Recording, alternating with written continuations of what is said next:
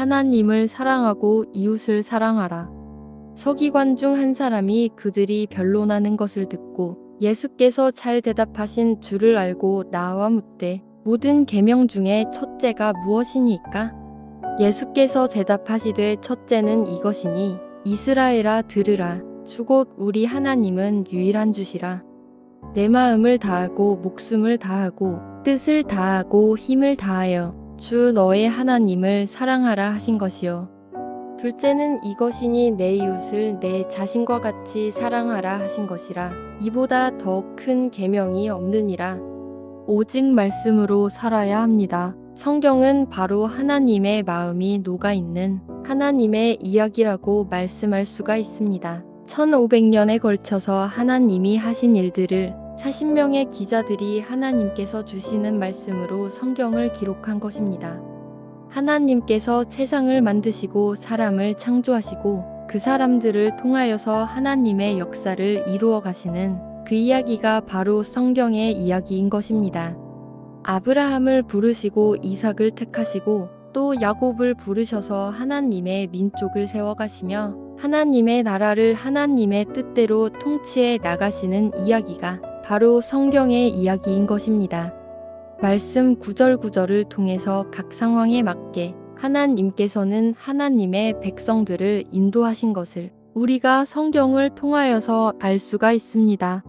예수님이 오셔서 하나님을 알려주시고 영원한 하나님의 나라 천국을 알려주시고 하나님의 자녀들이 어떻게 이 땅에서 영생을 얻을 수 있는가 그것을 알려주시는 것이 성경 속 하나님의 말씀입니다. 말씀이 육신이 되어 우리 가운데 거하심에 우리가 그의 영광을 보니 아버지의 독생자의 영광이요 은혜와 진리가 충만하더라. 예수님이 곧 말씀이고 말씀의 육신을 입고 이 땅에 오셨습니다. 예수님 안에 바로 은혜와 진리가 충만하다고 말씀하십니다. 말씀을 읽을 때 우리 마음에 어둠이 물러가고 하나님의 은혜가 가득 차게 되고 말씀을 읽을 때 하나님의 말씀을 깨닫게 되어 우리 마음의 모든 복잡한 문제가 사라지게 하시고 하나님께서 우리를 진리로 인도하여 나가십니다. 그러므로 말씀에는 생명이 있고 능력이 있는 것입니다. 19세에서 34세 개신교 남녀 1000명에게 기독교 청년 인식 조사라고 하는 것을 했는데 여기에 보면은 점이나 사주나 타로를 접해본 경험이 있다고 하는 응답자가 45.4%로 절반 가까이나 되었습니다. 26년간 무속인으로 살다가 회심한 집사님 간증을 보면 무속인일 때 자기에게 찾아온 40%가 기독교인이었는데 일반 성도들과 청년들은 물론이고 그 중에 사모들과 권사들과 장로님들도 있었다고 합니다. 이렇게 내일의 걱정이나 염려에 대해서 하나님의 말씀이 아닌 다른 곳에서 그 답을 찾으려고 하니 문제가 더 복잡해지고 꼼수밖에 없는 것입니다.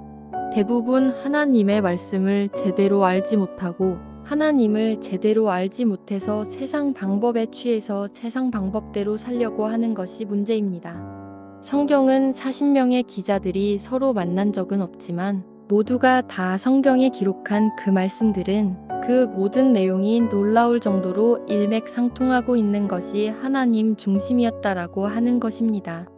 이 성경의 원저자인 하나님의 말씀은 1.1획 변함이 없이 우리의 삶의 해답이 되어 우리의 갈 길에 나침반이 되어줍니다. 그리고 결국은 우리를 진리로 이끌어 주십니다.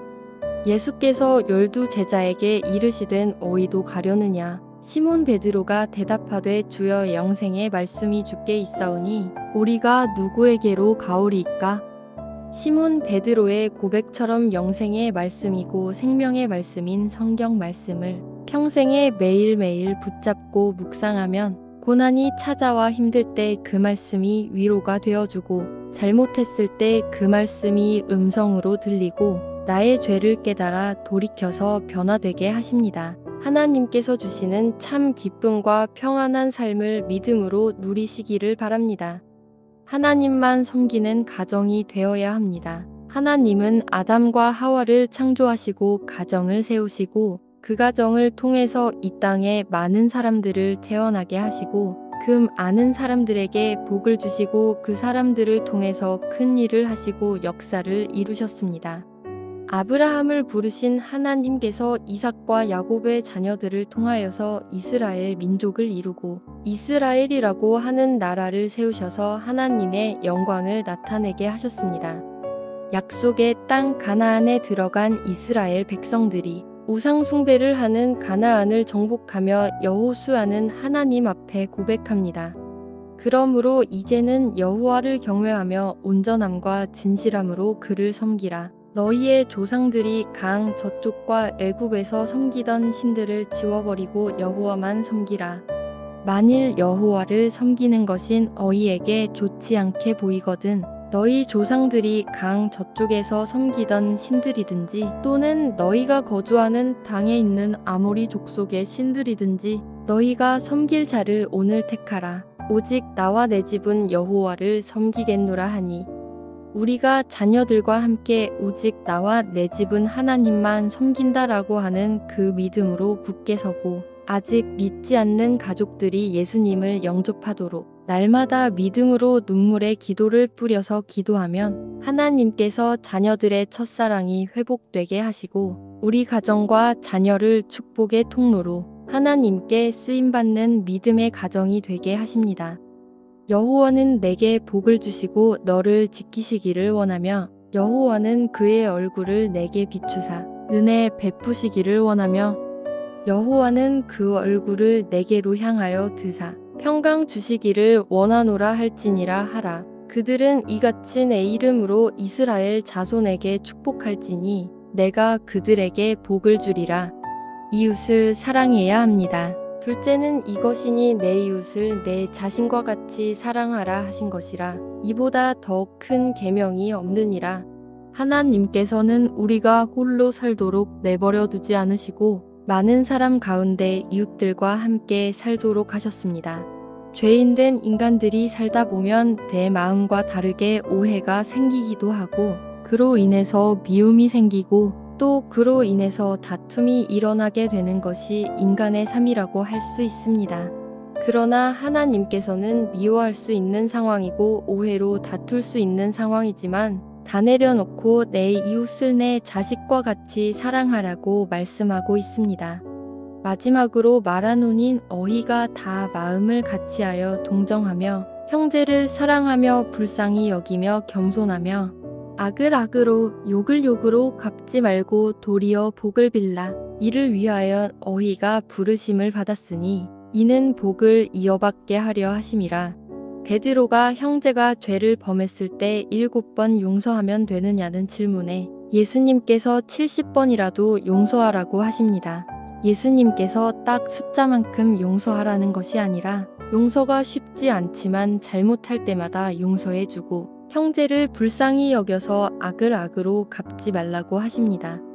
피차 사랑의 비되에는 아무에게든지 아무 빚도 지지 말라. 남을 사랑하는 자는 율법을 다 이루었느니라.